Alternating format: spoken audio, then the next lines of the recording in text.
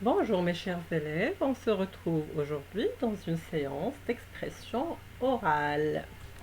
Alors sortez vos manuels s'il vous plaît, vous les ouvrez, page 86 et vous remarquerez qu'on attaque un thème nouveau.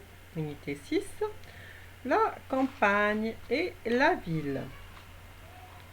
D'accord? Unité 6, unité 16, la campagne et la ville. D'accord? Très bien.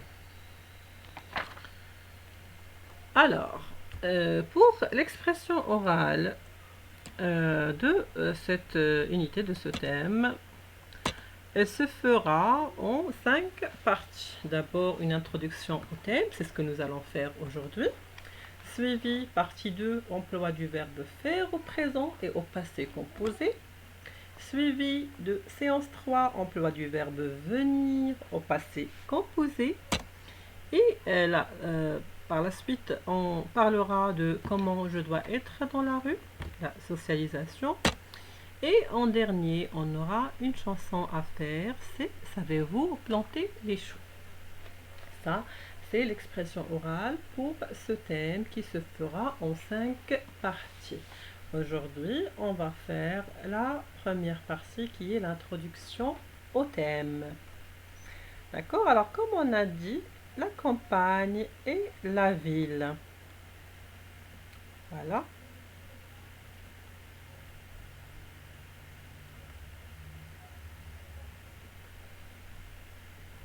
Très bien.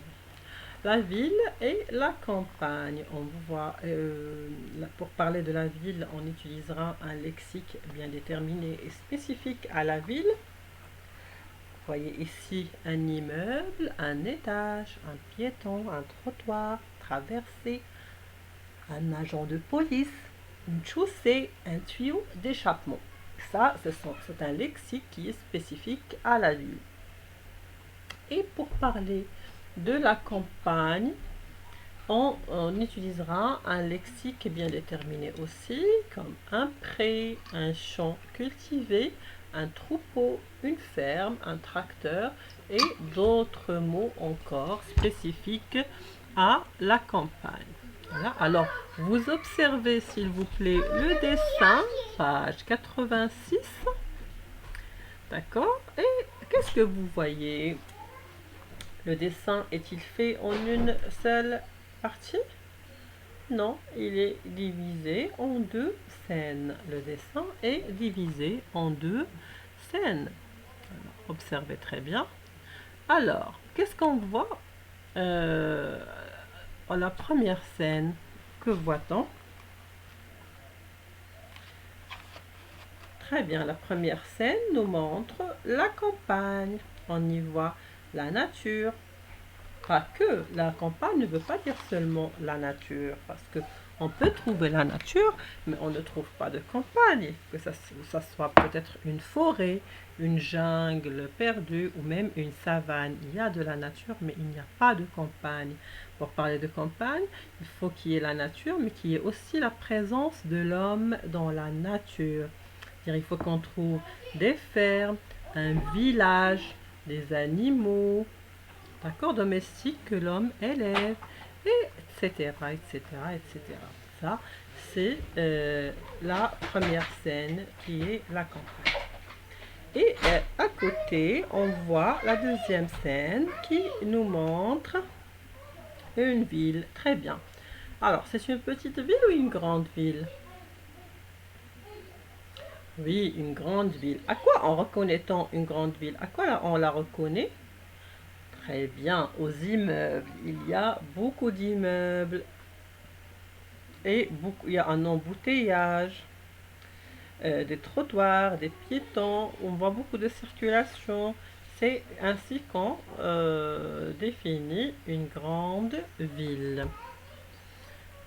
Voilà la campagne et la ville. Maintenant, parlons de la campagne. Répondons à quelques questions au sujet de la campagne. Les maisons ont-elles plusieurs étages à la campagne? Non. Très bien. Non. À la campagne, les maisons n'ont pas d'étage. Elles sont basses et petites. Le plus souvent, elle se limite à un rez-de-chaussée. Le plus souvent, elle se limite à un rez-de-chaussée. C'est-à-dire le rez-de-chaussée, il n'y a qu'un seul étage. Il n'y a pas de premier étage, de deuxième étage. D'accord? Il n'y a pas... c'est des petites maisons généralement. Et de combien de maisons le petit village sur le dessin, page 86, est-il composé? Très bien, de 5 petites maisons. C'est un petit village. On le reconnaît aussi au nombre des maisons. Il n'y a pas beaucoup de maisons. Et le petit village est composé de 5 maisons surmontées d'un toit rouge. Parfait. Quel animal aperçoit-on dans l'image? Quel animal aperçoit-on dans l'image? Des moutons, oui, mais mieux encore, observez attentivement. Qu'est-ce qu'on voit d'autre? Très bien, on voit aussi des chevaux dans l'écurie.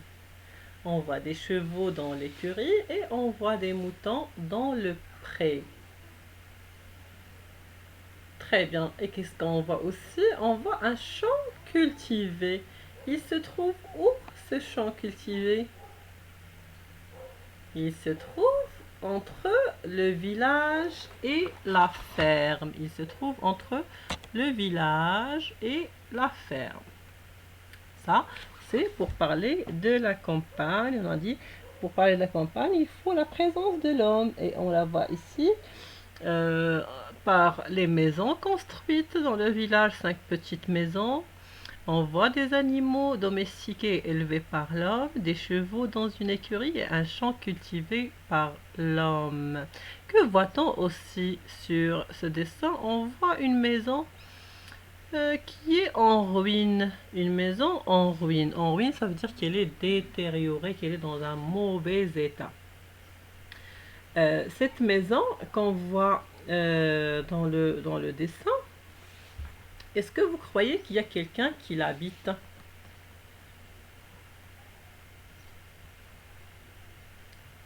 Y a-t-il quelqu'un qui habite cette maison au haut de la colline, pensez-vous?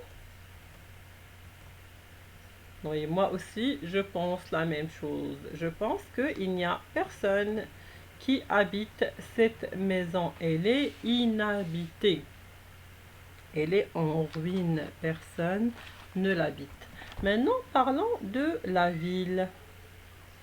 Répondons aussi à quelques questions sur la deuxième scène de la ville.